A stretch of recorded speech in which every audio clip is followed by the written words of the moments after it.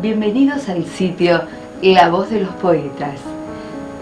Hoy nos encontramos con una de las voces literarias argentinas más importantes de estos últimos 40 años. Hoy está con nosotros Noé Gittrick, historiador, crítico, ensayista y guionista. Hablaremos de su obra y de por qué suele decir que el lector no existe.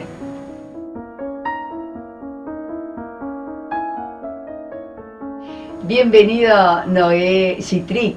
Muchas gracias por recibirnos en tu casa. Realmente es un gusto tenerte. Para mí también. Larga ha sido tu trayectoria, tus libros escritos, tus palabras tan profundas en cada uno de tus libros. Entonces me digo, ¿por qué no nos remontamos a tu infancia? ¿Quién te inculcó ese amor por la literatura y por la escritura? No creo que nadie me lo haya inculcado, ¿no? Me parece que fue una cosa como de un interés que fue surgiendo de muy chico. Empecé, apenas aprendí a leer, empecé a leer libros, una cosa bastante extraña, ¿no? Y bueno, esos libros me fascinaron.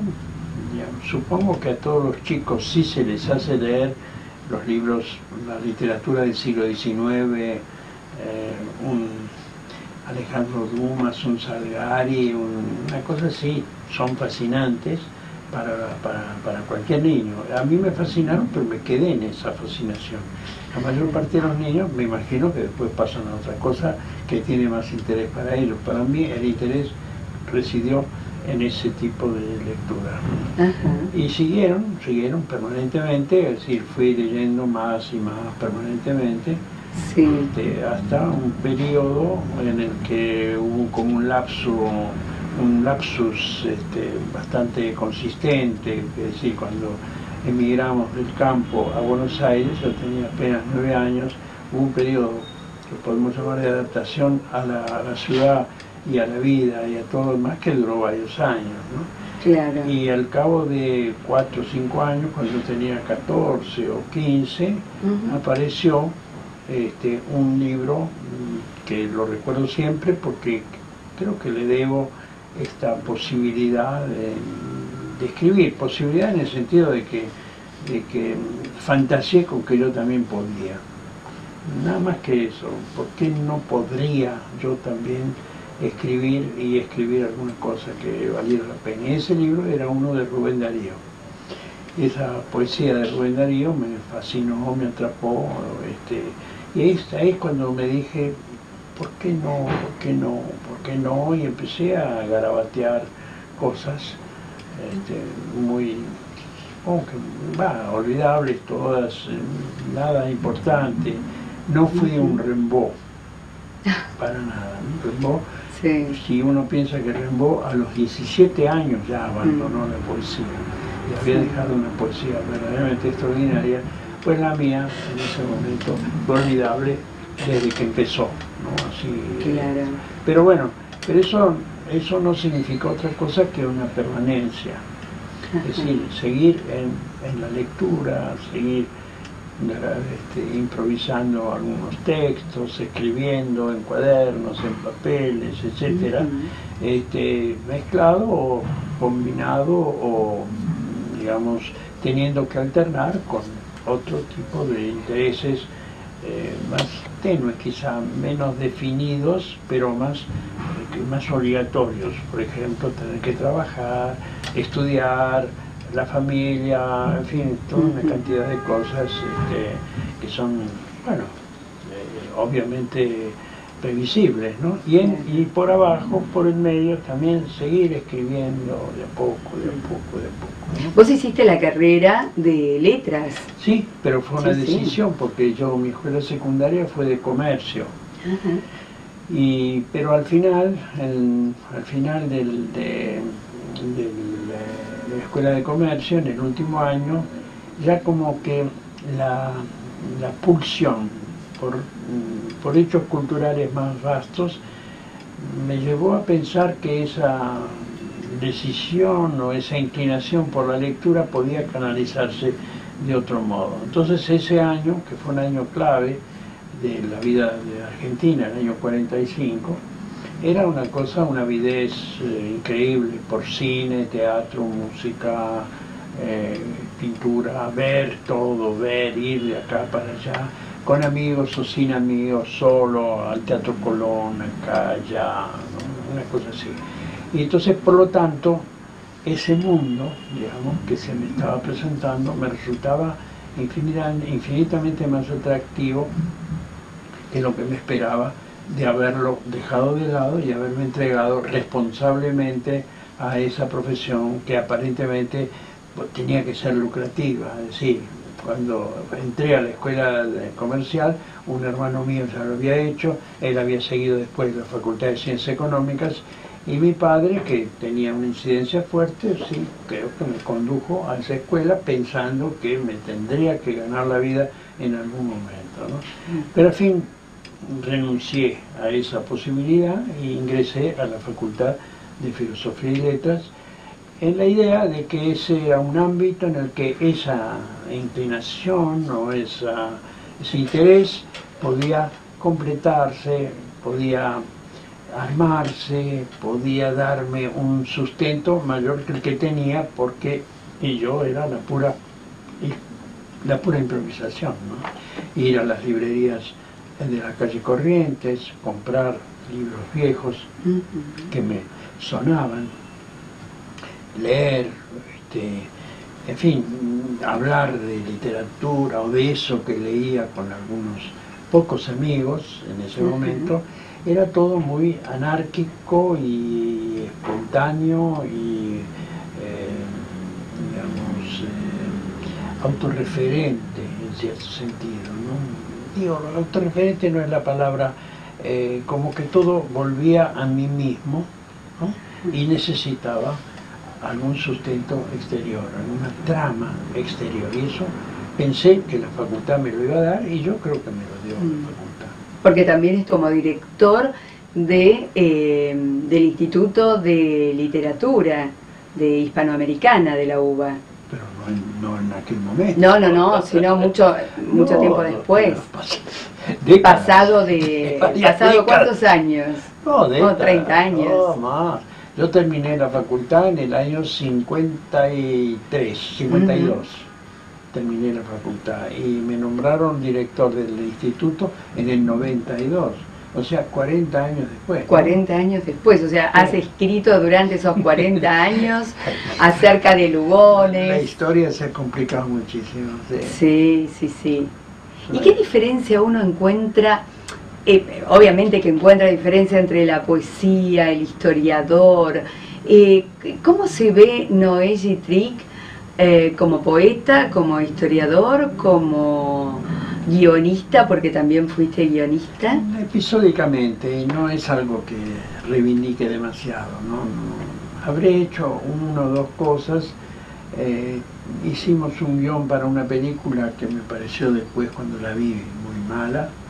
Pero bueno, quizás sea injusto con el director de la película, que hizo un gran esfuerzo, pero hice uno o dos guiones para televisión en un momento determinado, pero no pasó nada, ni le vi la vuelta, lo mismo que a la escritura de teatro, no le encontré la vuelta para mí, es decir, no me hallaba en esa perspectiva, ¿no? Yo, digamos, otros caminos en cuanto a la escritura se me fueron abriendo y que me parecían más aprehensibles, no sé si más felices, pero por lo menos, digamos, en los que me iba sintiendo más propio, más cómodo, ¿no? Claro, ¿no te sentías cómodo siendo guionista? Ni guionista, ni autor teatral, ni televisivo, ni como una especie de renuncia ya muy prematura, pero que fue constante a lo que para la cultura de masas, por ejemplo, es tan importante y tan atractivo. Es decir, la gente que se maneja cómodamente en esos terrenos, bueno, hace lo suyo, a veces bien, a veces mal, pero tiene en cuenta otro tipo de cosas para hacerlo. Tiene en cuenta temáticas sociales o que están en curso en una sociedad, que tienen un público previsible, que tienen un lenguaje también muy acotado, que no es fácil manejarlo, pero yo no lo sé manejar ese lenguaje. Claro. Yo no podría sustituirlo, por ejemplo, a Tinelli en la televisión, no lo podría sustituir. No, digo, no me interesa para nada lo que él hace, parece horrible, nefasto, lo que sea, no, tampoco lo califico demasiado, pero supone una habilidad en relación con el medio en el que se mueve. Seguro. Es una habilidad, porque no se puede sostener una cosa así si no se posee una competencia para hacerlo, ¿no? Claro. Obviamente, pero no es la que me interesa o la que me suscita o la que yo podría hacer, ¿no? Reconozco en ese sentido mis límites, ¿no? Claro. Prefiero otra cosa, prefiero una cosa en la que apuesto, y siempre lo he hecho, a lo que me vaya saliendo, a lo que se me vaya ocurriendo, a lo que me depara el sueño, lo que me depara una conversación, lo que me depara una lectura. Es como que aquello sobre lo cual escribo, en un caso como en otros, en poesía, en novela o en ensayos o artículos, lo que sea, siempre se me ordena de acuerdo con un estímulo que de repente viene de afuera, o sea, una conversación, una frase, una cara, un gesto, una lectura, una mirada, en fin, todo. Eso es lo que me importa, y por lo tanto eso no tiene que ver con lo que está en curso necesariamente en la sociedad. Y sí, suele pasar, es verdad. ¿Qué pasa con una novela que, si no me equivoco, es Mar del Sur? Mares del Sur, sí. Mares del Sur. Esa novela nació quizás o tiene algo de crítica, no de crítica, perdón, de novela policial. Sí, claro que sí. ¿Cómo nace esa...? Sí, en realidad es una parodia de la novela policial, ¿no? Es decir, no habría que tomarla en serio como novela policial. Habría que tomarla quizás en serio por otros caminos que no sean esa tipificación, ¿no? Entonces, ¿cómo surge? Y de la misma manera, es decir, yo iba a Mar del Plata a dar unos cursos y demás, y por supuesto la gente que me invitaba y que me escuchaba era amiga mía, bueno, y un día me contaron un episodio marplatense, típicamente marplatense, típicamente, no porque los marplatenses tengan un carácter especial, no se puede hablar de marplatense, ¿no? En ese sentido, sí, sino que era típico de la sociedad de Mar del Plata en un momento determinado, ¿no? Un relato de un crimen cometido por alguien que había encargado ese crimen para sacarse encima un socio que al mismo tiempo era su cuñado. Entonces había ahí hermanas, cuñados, etcétera, intereses en la época de la dictadura. Y me pareció interesante, la cosa me suscitó, ¿no? De manera que un día, mirando desde el hotel en el que estaba mirando el mar, porque lo estaba viendo el mar todos los días al levantarme, hice una relación, traté de hacer una relación entre el mar, la ciudad y lo que puede pasar por abajo. Porque la ciudad de Mar del Plata también es una ciudad aérea, así como es marítima, es aérea. Es decir, todo transcurre en edificios altísimos que en general durante el invierno están vacíos, en el verano se empiezan a llenar de rumores y por abajo ocurren otras cosas, ¿no? Todo eso se me organizó, y entonces fue tomando la forma de un relato de tipo policial, porque hay un crimen, porque hay un policía, porque hay culpables, pero no tiene la pretensión de ser novela policial. Novela policial stricto sensu. Sí, ni novela negra, ni policial de enigma, ni nada, sino que es otra cosa en la que, digamos, me juego de la misma manera que en todas las demás cosas, es decir, en el lenguaje. Claro.